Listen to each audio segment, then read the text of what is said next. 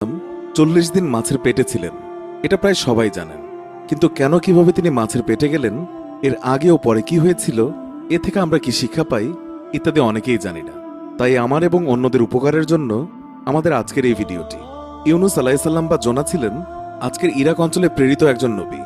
সেখানকার জনসংখ্যা ছিল 1 লক্ষের একটু বেশি।